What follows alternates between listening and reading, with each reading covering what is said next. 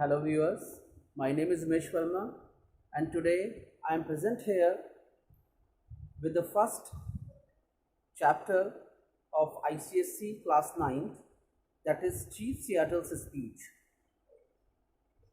In this video I would like to introduce this topic, this chapter first of all, basically, okay, and we study today about the author of this chapter and how this chapter is translated, okay, or we can say how this chapter was translated by Dr. Henry A. Smith. Okay, so let's start. Chief Seattle's speech. In a very simple words, I would like to explain so that children you can understand easily. Okay, this is the first part of this chapter. This first part we will discuss today about the author of this chapter and about the theme of this chapter, some important points of this chapter. Okay, so Chief Seattle actually was a leader of the Suquamish tribe in Washington Territory in the 19th century. Okay, his long and moving speech in 1854 has been widely cited as a powerful, bittersweet plea for respect for the Native Americans' rights and environmental values. This is the aim of the speech of Chief Seattle. The speech is considered as a response to Governor Isaac Stevens' proposal of surrendering or selling the native people's land to white settlers, to white people, to white American, we can say. His speech actually delineates the Native Americans based on their life and respect for human connection with nature. In this chapter, we studied that how the nature was favorable of the Native American. Okay. So now we discuss about some points about author. The author, if we talk about the author, then the original author of this speech is Chief Seattle himself. So we can say Chief Seattle, who was born in the year of 1786 and lived till 1866. Okay, once again, Chief Seattle was born in 1786 and lived till 1866. He was a prominent figure among these people who earned the reputation of being both a warrior and a leader also. He was so tall, okay, he was so tall, and his nickname was Legros, Legros, Legros. That means, in simple words, we can say the big guy, because he has a large height, he has a big height. We can say he has a good height. So that is why his nickname is Legros, Legros. In simple words, its meaning is the big guy. He was also known as an orator, and when he addressed an audience, his voice is said to have traveled from his camp to the Stevens Hotel at First and Marion, a distance of 1.2 kilometers. The Seattle city in the state of Washington is named after him. Now, next point, he is famous for his speech that he delivered in 1854. What the speech of Chief Seattle, children, we studied in this chapter. This is speech actually delivered by Chief Seattle in 1854, just before his land was taken from him and his people by white colonizers, or we can say white Americans. The speech was response to Governor Stevens' proposed land treaty. That means actually the white chief has sent them a proposal of friendship that the white people want to buy the land of Native American. In this way, they want to help them economically, and they also give them freedom to live there after they would sell their land to the white America. So both the things, the proposal in the proposal, the white chief has sent that greetings of friendship to the Native American, that they can sell their land to them, as well as after that also they can stay there peacefully. Means the white chief has proposed to them that after buying the land of Native American, he allowed, he will allow, actually he would allow to them to stay there at the same place. Okay, so it's a big help, I think. So here we are. Yes, so I was saying, just before his land was taken from him and his people by the white colonizers, the speech was a response to Governor Stevens' proposed land treaty. Though it was delivered in the chief Seattle's native language, okay, this be attentive. This speech was delivered in the chief Seattle's native language, but Dr. Henry A. Smith is believed to have taken notes and translated it into English. Thus, it is Dr. Smith's version published in 1887. See, one thing again I would like to insist on this point. Chief Seattle delivered this speech in 1854, but Dr. Smith version published in 1887, which is referred in this lesson. So in this lesson, it is not an original speech of Chief Seattle. It is translated speech by Dr. Smith in 1887, which was published in 1887. Okay. Now we come on the text. We come on few points of the story in the simple words. Then in the second video, I will explain the text. First of all the basic points of the chapter I will explain you, and you have to be attentive. So study that, then we will start the text. So if we focus on the highlights of this speech, then the speech begins when the Chief Seattle begins his speech by saying, the nature has sympathized with his people for many centuries. Today is a fair, but tomorrow may not be the same. As the great chief in Washington wishes to buy their land, the great chief also sent them words of goodwill. That means the proposal of friendship. But he is in little need of their friendship, as his people are strong and powerful as compared to the natives. Native Americans are less in number, Native Americans are less powerful, but the white Americans are more powerful and they are many in numbers. Okay. Chief Seattle says, there was a time when his people were large in number, but now they are nothing more than a mournful memory. That means they are left in few in numbers. That means soon the whole tribe of Native American is going to finish, we can say. Okay, they are going to die one day, they are going to die soon.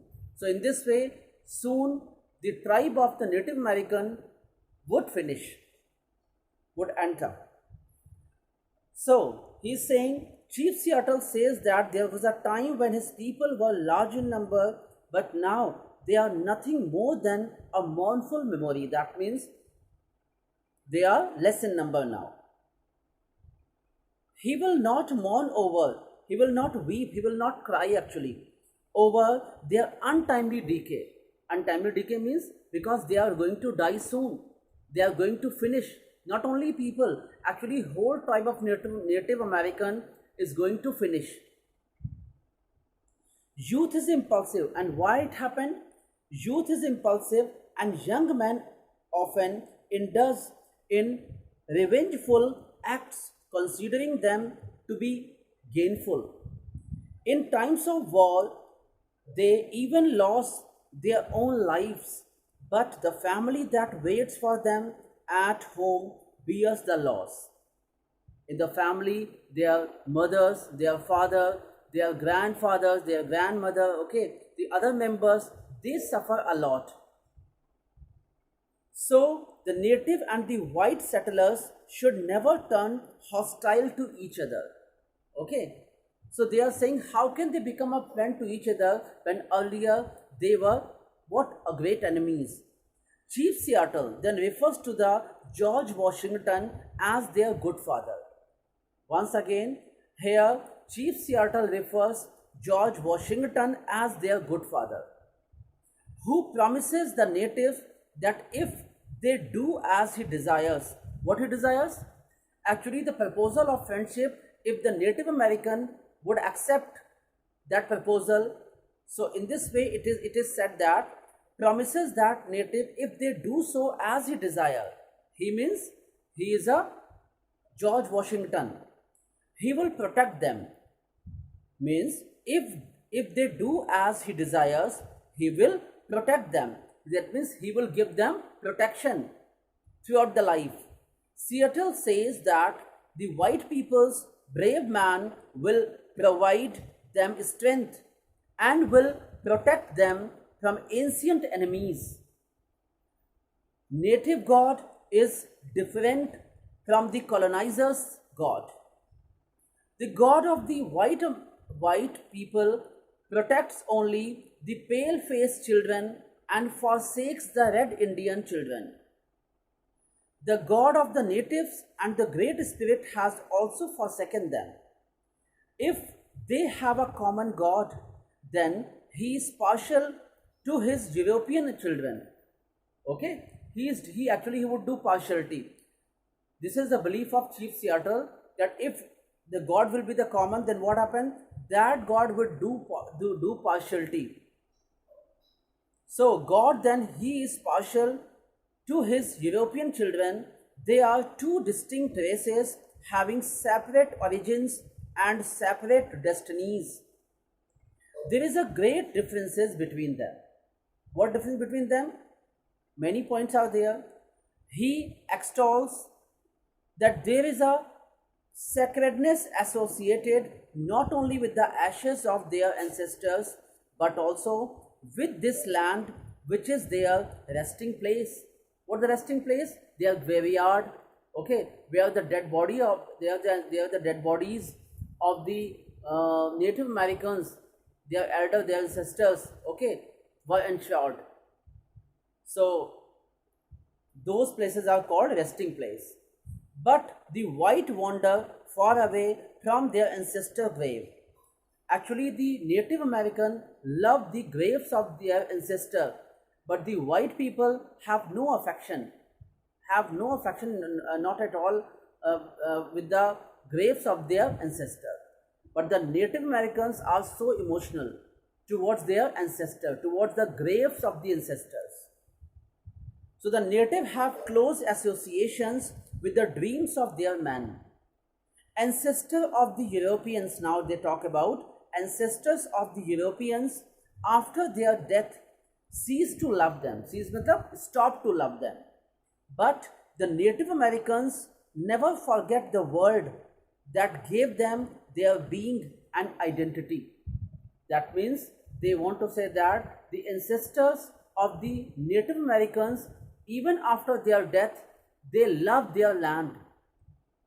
Even after death, they have emotions, they have attachment. The native have closes, okay. So Americans never forget the word that gave them their being and identity. They keep on loving its valleys, its rivers, its magnificent mountains, and its lakes. So in all around all the places liked by the ancestors who are dead now. Not a single star of hope hover above the natives' horizon. The winds moan and grim fate follows them. Their situation is similar to the wounded doe that is being hunted down.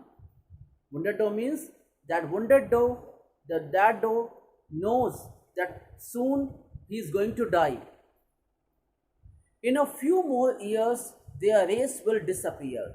In coming year, definitely the tribe of the Native American will disappear. Because why? Because they are left few in numbers now. White settlers too will have their decay, which though distance await them. He is saying the white people, or we can say everybody, has to die one day, whether the white people or the Native American. So white people also will die one day. It may be that it takes time, but they will also die. However, sharing the common destiny will help both the races. This is the common destiny that both the races people will have to die one day. Seattle says that they will accept the governor's proposal for surrendering their lands only on one condition. So the whatever the proposal sent by the white chief to the Native American, so Chief Seattle says that we will accept their proposal at one condition. What is the condition what is the condition put by Chief Seattle? So at one condition, that they will never be denied, this is the condition, that they will never be denied the privilege of visiting the tombs of their ancestors. The land is sacred and pure. The land is sacred and pure for whom?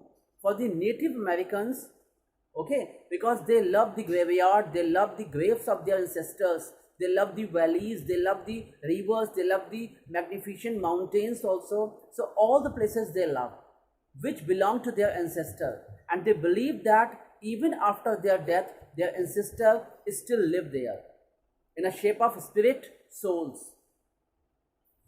Every hills, every valley, plain, even the rocks will seem to be lifeless, are holy for them, are holy for the Native Americans.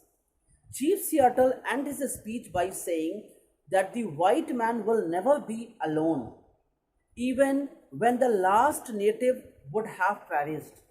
That means saying when the last man of the tribe of the Native American will die, till that day, after that, the white man, when they buy our lands, when they settle here, that time means they will never be alone. The white people also will never be alone, even the last man will die.